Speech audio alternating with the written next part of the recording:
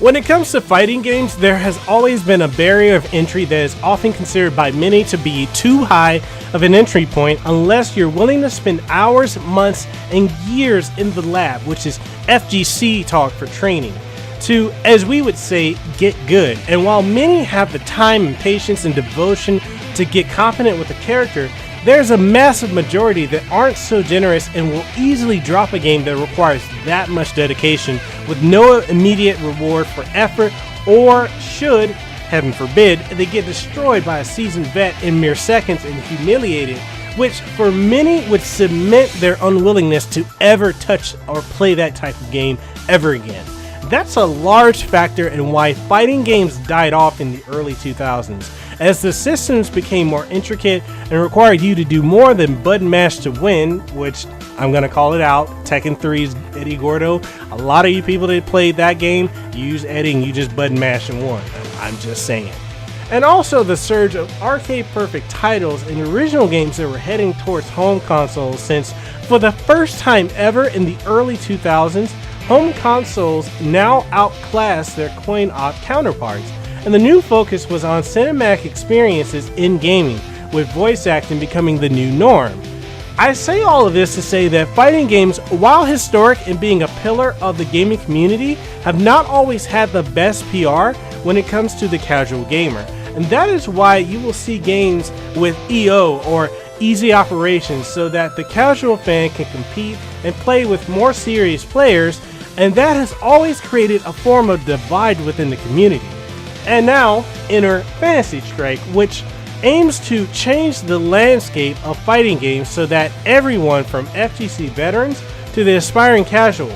It's a fighting game that redefines the genre, and David Sirlin is heading that charge. Now, I'm gonna shoot it to you straight right now. You can't mention the name David Sirlin and not think of the industry standard guide, Playing to Win, or even being the person Capcom themselves called in to rebalance Street Fighter 2 Turbo HD back in 2008, along with also being the creator of Yomi, which is a strategy card game that is based on fighting games. You simply must put respect on this great man's name when you speak of it. So here we are with Fantasy Strike, which delivers on the mind games, footsies, and high-level thrills and risks and rewards of the best competitive fighting games out there for the everyday gamer to enjoy. Fantasy Strike focuses on decisions by giving you only 3 buttons at your command to unleash your arsenal of moves. Punch, kick, special. And you can assign a jump button if you want, but I prefer personally pressing the up direction to jump. What sets Fantasy Strike aside from other fighters is the fact that with that simplicity, you're committed to whatever button you press and thereby whatever action comes with it, so it's really all about your positioning and also your ability to know the range of your character's attacks and your opponents as well, plus knowing when to take advantage of the Yomi system, which is your counter/reversal move known as the Yomi counter, which is activated by just simply standing still and doing absolutely nothing. Now, you may be wondering, why would it be implemented in such a way as to have you doing nothing when you should be using it with an input similar to like a tech throw or attempting to jab your way out of what is an inevitable throw? Well, because it simply works, that's why. Yomi really comes down to you ultimately being able to read your opponent and make a calculated decision as to how you proceed, and in that instance, that is how this game has layers upon layers of depth that the simple layout just simply masks.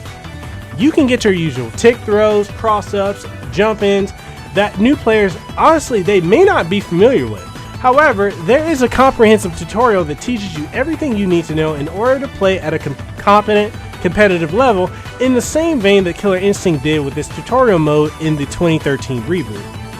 Now, unfortunately, if you're used to more modern conventions such as dashing in, quick steps, running, then you won't find that here, although some characters do have moves that can substitute these omissions. Now, I've talked about the gameplay system, but what about the characters, the graphics, the plot? Well, graphically, the game is up there with a similar art style to Street Fighter V, although leaning more towards Street Fighter 4 or even pre-graphics update King of Fighters 14, which honestly it isn't a bad thing at all. The roster is borrowed from Sirlin's Yomi card game, which features your standard stoic warrior, a la similar to Ryu from Street Fighter, is the samurai seeking improvement of his technique, to your obviously Ibuki-inspired ninja girl who even shares some of the same moveset, to your flame dragon punch wielding red warrior that's clearly inspired by Ken, and even some that are inspired by some Guilty Gear characters, of which Slayer is the first one that comes to mind. The animations are crisp and fluid, and the characters do come to life, especially with their ultras. Each character has an overarching storyline that goes into their motivations for competing against one another, and while it's not as in-depth as the story of, say, like Mortal Kombat or even Guilty Gear, it's still there for those interested in learning more about these characters. Now, Fantasy Strike is a game that is built on an incredibly strong foundation of magnificent gameplay, an intriguing approach, and an outstanding pedigree from the one and only David Sirlin. I personally can't wait for this game to be played at majors like EVO and more when it's released platform-wide, and especially on the Nintendo Switch, as this being playable portably is a dream come true. Now, Fantasy Strike is most assuredly